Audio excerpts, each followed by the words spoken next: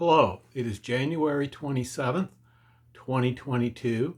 This is As the World Burns. I'm your host, Randall Burns. Today's topic is the tech crash and inflation.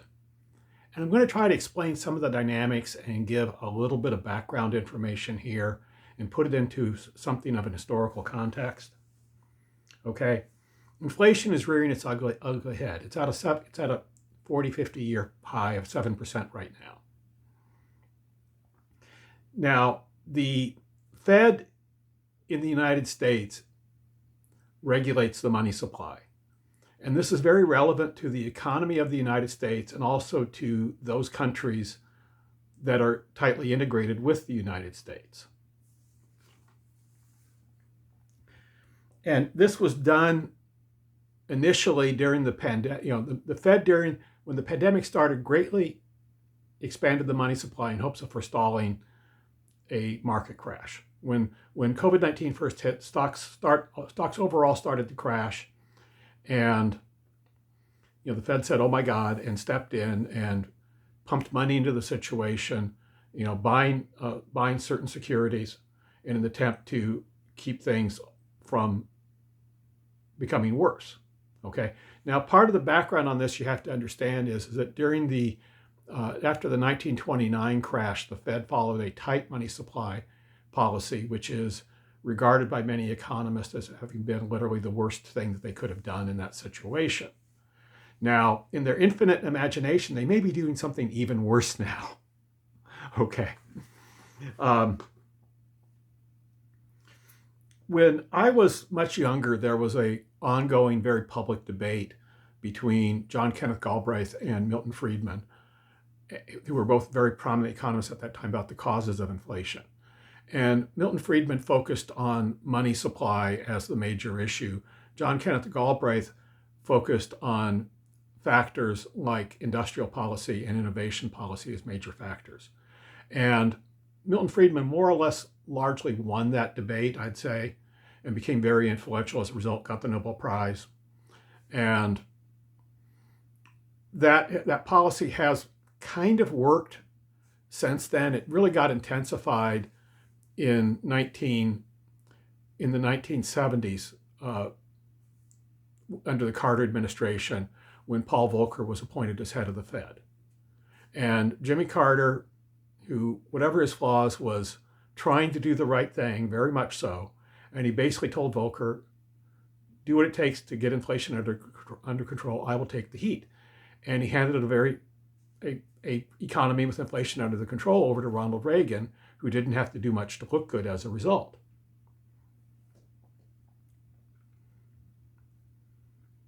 Now, it is highly, the thing here is the basic argument. Galbraith pointed out that innovation can be counterinflationary by increasing real GDP to counterbalance the expansion of the money supply.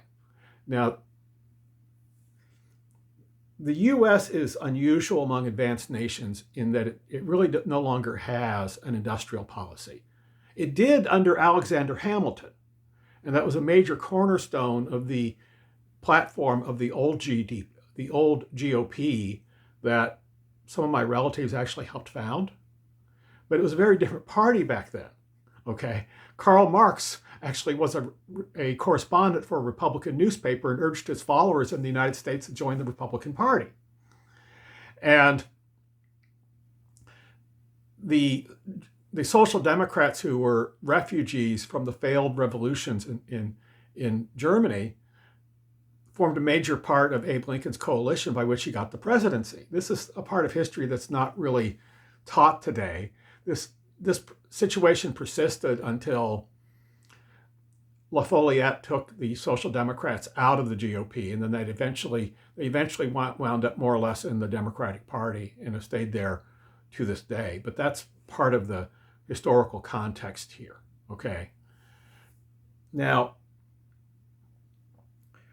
Richard Nixon actually really wanted to reinstate industrial policy. He had enough of the old Republican left in him that he felt this was something that needed to be done. He was also, by the way, for universal medical care and wanted a basic income. things that would just be anathema in the modern Republican Party, although the basic income has started to resurface a little bit via Charles Murray and of the Heritage Foundation. And that's another book that I will review here sometime, his book In Our Hands.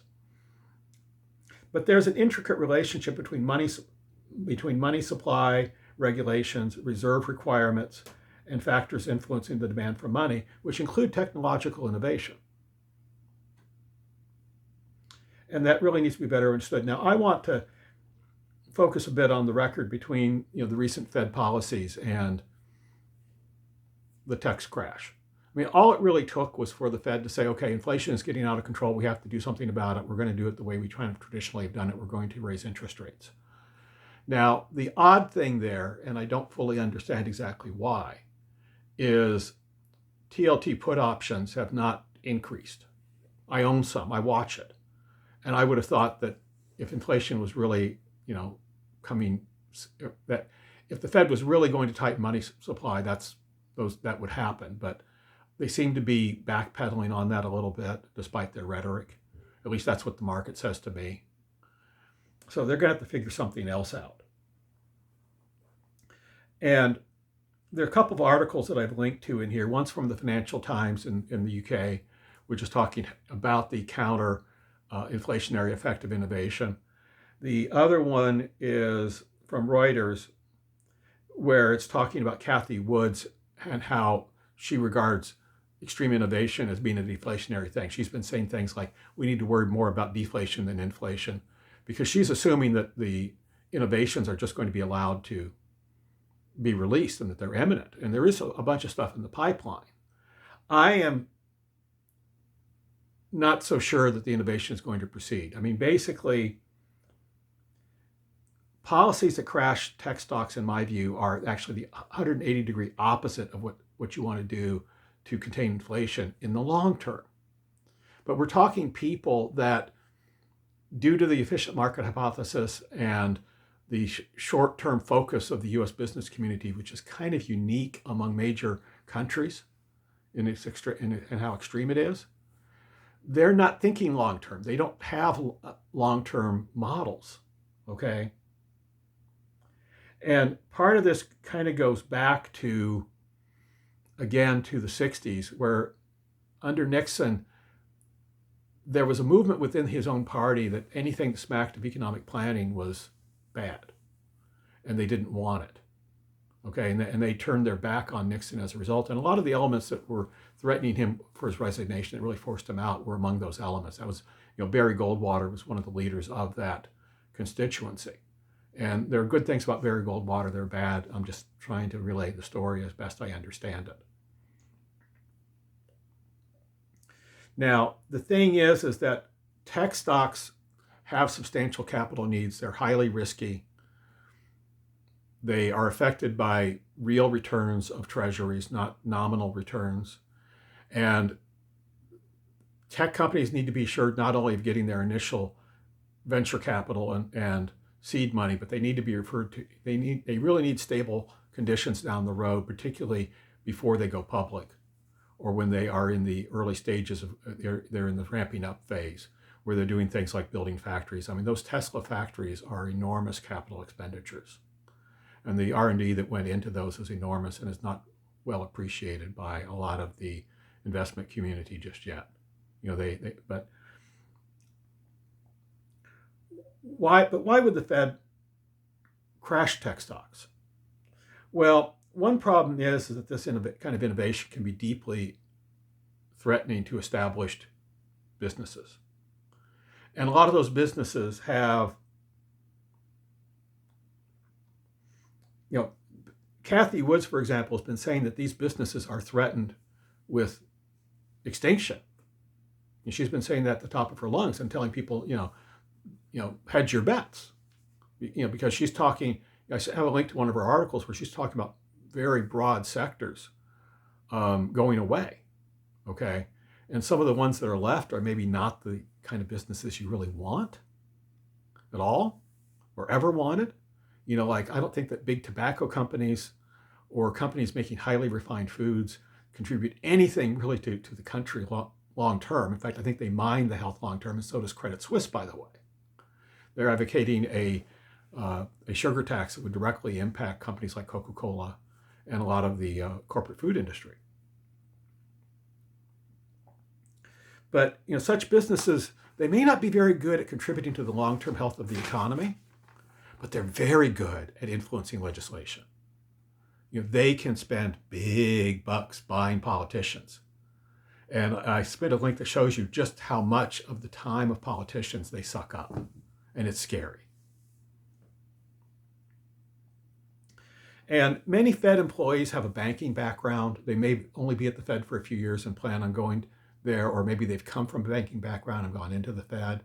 I have not researched this exactly. I'm just going by what I've seen over the years. And the thing is that banks can actually do quite well during inflation.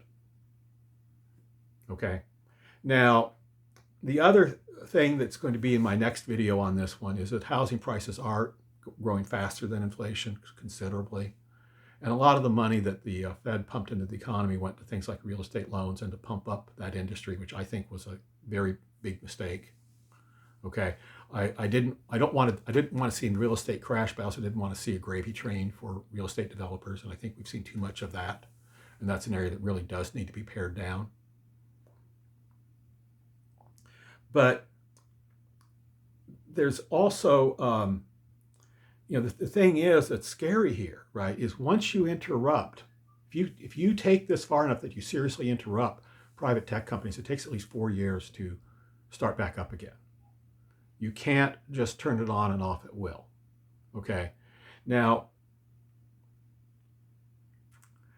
so it's going to take a while and private R&D expenditures do not reflect the true cost of tech investment. Tech employees are unusual in that they typically tend to make huge educational investments. An engineering degree at MIT does not come cheap. And for the real top echelon in the US, we're talking MIT, Stanford, Carnegie Mellon, Duke, places that are higher end to get the kind of tech education where you really get an individual attention and you're not, just a cog in a machine, okay? And a lot of the legacy industries have been hiring from the middle of the pack, not at the high end of the pack, and that's been going on since the 50s, okay? And that's actually one of the reasons why the legacy auto industry is really endangered right now, is because they just have not been keeping up with innovation and haven't for some time. And I think that may be worth another video on that topic of what the dynamics were there and why. Now, the effects of the tech stock market crash may take a while to really reflect, because typically there's a pipeline of innovation. It takes like 3 to 5 years typically for a major innovation in software to really reach the mass market. And it's much longer in a lot of other industries. Same thing, electronics is approximately the same. And there have been studies that look at the difference. I think construction was the longest lead time. It's like 40 or 50 years, just because there's a highly regulated environment and it takes a while to work through that fully. Others, and the thing is that a lot of sections, when you look at the non-siloed sectors in the Cathie Wood analysis, a lot of them are stuff, like I say, tobacco, alcohol, sweets, stuff that's really not a key factor in U.S. international competitiveness. In fact, probably just the opposite. We're talking to people selling the gateway drug for opioids. But and others like banking and real estate speculation really don't do a lot for international competitiveness, which is what you really need in today's world.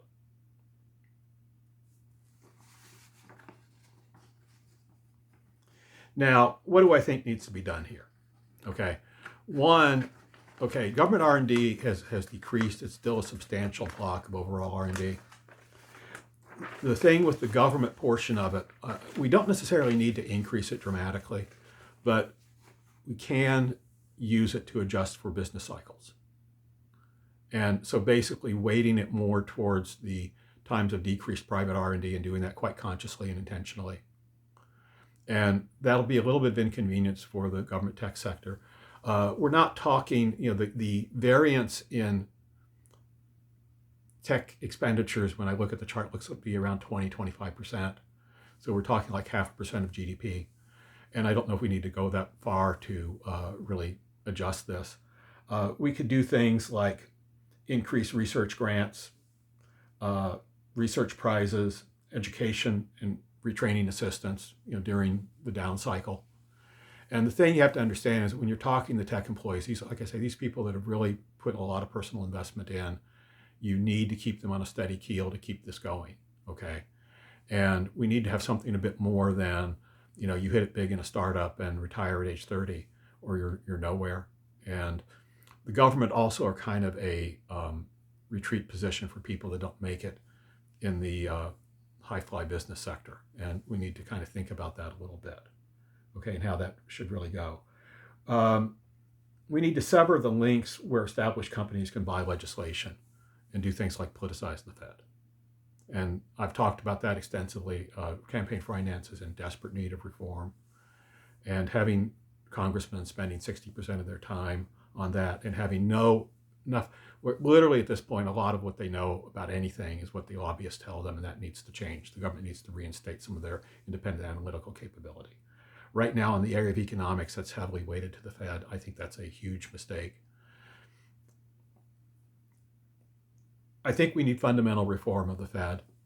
One of the things I would suggest being looked at is increase the pensions of Fed employees, but weight it towards them actually doing their job, which is to stabilize the currency. And you need to look at it long term and just make it very clear to them this is what they're doing. And part of my strategy here is to put intense. A lot of the upper level are political appointees, and I want them surrounded by people that are going to be looking at them when they do something really boneheaded, saying, this guy is affecting my pension. That's what I want quite intentionally, okay? Evaluate Fed employees by metrics, scientific metrics of forecasting. The Fed does a lot of forecasting. They're not really very good. That needs to be exposed and documented. And I don't want anybody on the board of governors that can't, I'll put it this way, I don't want somebody that can't at least come within a stab of keeping up with 50 random people taken off the street, okay? Which is what Metaculus shows you. And it's documented in the book Super Forecasting, how this works, okay? And right now we have a lot of people that are really not very good at predicting anything. And the financial press doesn't keep them in line because they're even worse. I mean, they're motivated by advertisers and they're actually worse. And, right now, a lot of it's done by academic popularity contests, and that's just boneheaded, and that needs to change. Robin Hanson, in his book, Can Gambling Save Science, talks a lot about that. I think that I suggest you read that paper. It's really good. And I also think that we need at least some input by ordinary citizens into the process. It doesn't have to be real formal at first, but and I'm talking literally have, like, say, periodically, like once a quarter, have the Fed grilled not by the corporate media, but by 50 people taken random off the street, and let them talk to ordinary citizens and show them what an ordinary citizen is, because I don't think they know. I don't think they have any idea what the policies they're doing are causing. Then at least produce a little bit of accountability. Now, I would also go so far, and I don't think I'm going to have a snowball's chance in hell of doing this, but if 75% of the public think that a Fed governor should be removed, maybe they should just be gotten out of there. Maybe you shouldn't wait until the problem is over the top. And we've recently had Richard Clarida resigned and been a scandal. This is ridiculous. It shouldn't go on that long. It should happen when stuff like this happens. It should be addressed sooner on. Now, I don't think I'm comprehensive in this, but I wanted to at least make a start on this with the resources I had in mind. This is not as well researched as it needs to be. A lot more needs to be done. If I get revenue from this channel, I promise to do so. In the meantime, like my video, subscribe to the channel. That's what helps me get the word out. That's what gives me a chance of getting some revenue. All revenue from this channel, at least for the foreseeable future, is going to go for the long-term care of my nonverbal autistic son. This is a labor of love, both for you and for him. I'm trying. I may not be doing everything right, but I'm trying with the resources I have available. If you give me more resources, I'm going to really try to up the ante here significantly. So this is Randall Burns, As the World Burns. Goodbye and good luck. Look forward to seeing you soon again. You take care.